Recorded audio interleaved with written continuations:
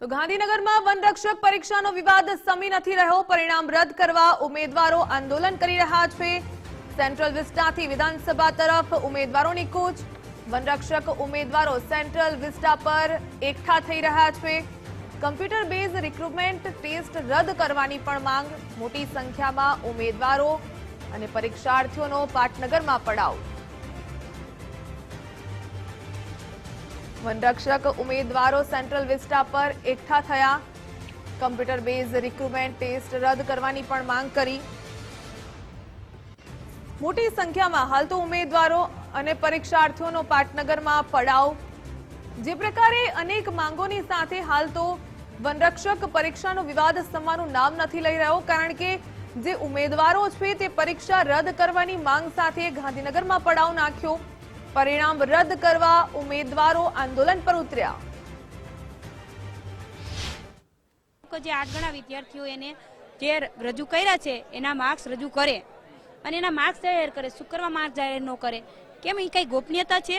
ગોપનીયતાના કારણે જ એ લોકો માર્ક્સ જાહેર નથી કરતા, તો એ લોકોને માર્ક્સ જાહેર કરવા ફરજિયાત પડશે। અને જ્યાં સુધી માર્ક્સ જાહેર નહીં કરે, સંખ્યામાં વધારો નહીં કરે, ત્યાં સુધી અમે આંદોલન કરતા જ રહીશું અને આંદોલન પર તો અમે જીદ અડગ કરીને જ રહીશું। વસ્તુની છે કે તમે એ લોકોને માર્ક જાહેર કરો। હવે એ લોકો પાસે જે લિસ્ટ હોય તો એ લોકોને માર્ક જાહેર કરવામાં વાંધો શું છે?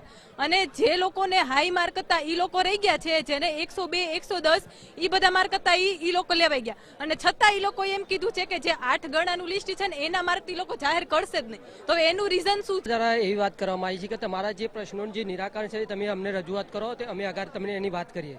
જે અહીંથી રજૂઆત કરવાની કરી છે, અને જે અમારા યુવરાજસિંહ જાડેજા અને અમારા જે બધા મિત્રો છે જે તો લઈ ગયા છે એમને સાંજ સુધીમાં રિટર્ન કરીશું એવું કહેવામાં આવ્યું છે। અને આ લોકોએ જે પદ્ધતિ કરી છે ને એ મિત્રોને પેલું એવું નથી, માર્કિંગ કોઈ આલ્યું નથી એમને, એમ કેવું છે। એટલે 80% જે આ લોકો લિસ્ટ આપ્યું એમનું માર્કિંગ ઊંધી આપો એમ કેવું છે।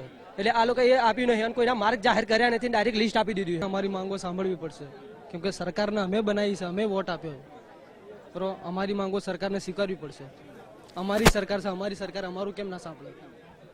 અત્યાર સુધી કઈ ચર્ચા થઈ તમારા પ્રતિનિધિ તરફથી મળવા માટે? ગઈકાલે પણ ગયા? હા, બરો તો અમારા જે પ્રતિનિધિઓ છે આગળ બધા એ લોકોની બધાની ધરપકડ કરવામાં આવી છે, બરો।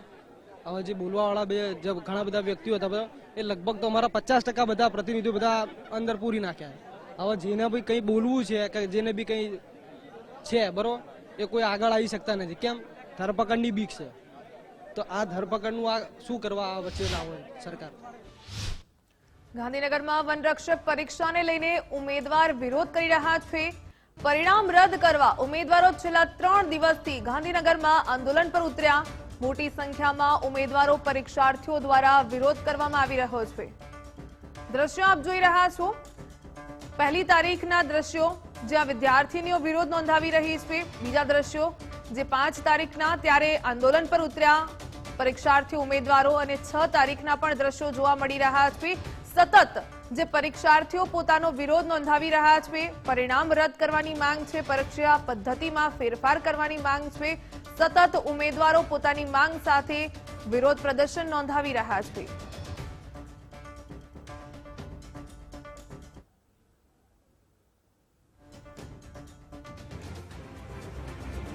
ફોરેસ્ટ પરીક્ષાના પરિણામ મુદ્દે ગાંધીનગરમાં વિદ્યાર્થીઓનું આંદોલન। ફોરેસ્ટ પરીક્ષા આપનાર વિદ્યાર્થીઓના સમર્થનમાં એનએસયુઆઈ આવ્યું। સચિવાલયના ગેટની બહાર બેસીને વિદ્યાર્થીઓની સાથે વિરોધ નોંધાવ્યો। 3 દિવસથી વિરોધ હોવા છતાં તંત્રના પેટનું પાણી નથી હલતું। પોલીસ દ્વારા ખોટી દમન કરીને આંદોલન સમેટવાનો પ્રયાસ કરવામાં આવી રહ્યો હોય તેવા પણ એનએસયુઆઈએ આક્ષેપ લગાવ્યા।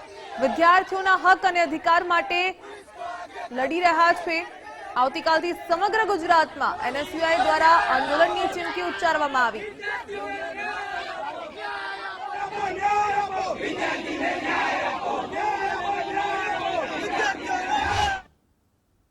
ત્યારે આ સરકાર શરમ વગરની થઈ ગઈ હોય, સરકારનું પેટનું પાણી ના હલી રહ્યું હોય, અને કાલ રાતથી જે વિદ્યાર્થીઓ ઉપર પોલીસ દ્વારા દમન કરી અને ક્યાંક વિદ્યાર્થીઓને અટકાયત કરીને આ આંદોલન પૂર્ણ કરવાનું કાવતું આ સરકાર કરાવી રહી હોય, ત્યારે આજે ગુજરાત એનએસયુઆઈનું એક ડેલિગેશન એ વિદ્યાર્થીઓને મળવા પહોંચ્યું હતું, અને વિદ્યાર્થીઓની વેદના સાંભળી અને વિદ્યાર્થીઓની જે માંગણીઓ છે એને લઈ અને વિધાનસભાના ગેટ ઉપર જ્યારે બેઠા હતા આંદોલન કરવા માટે, ત્યારે પોલીસ દ્વારા અમાનવીય વર્તન કરી અને વિદ્યાર્થીઓ જોડે ખૂબ જ ગેરવર્તન કરી અને આંદોલન દબાવવાનો પ્રયત્ન થઈ રહ્યો છે.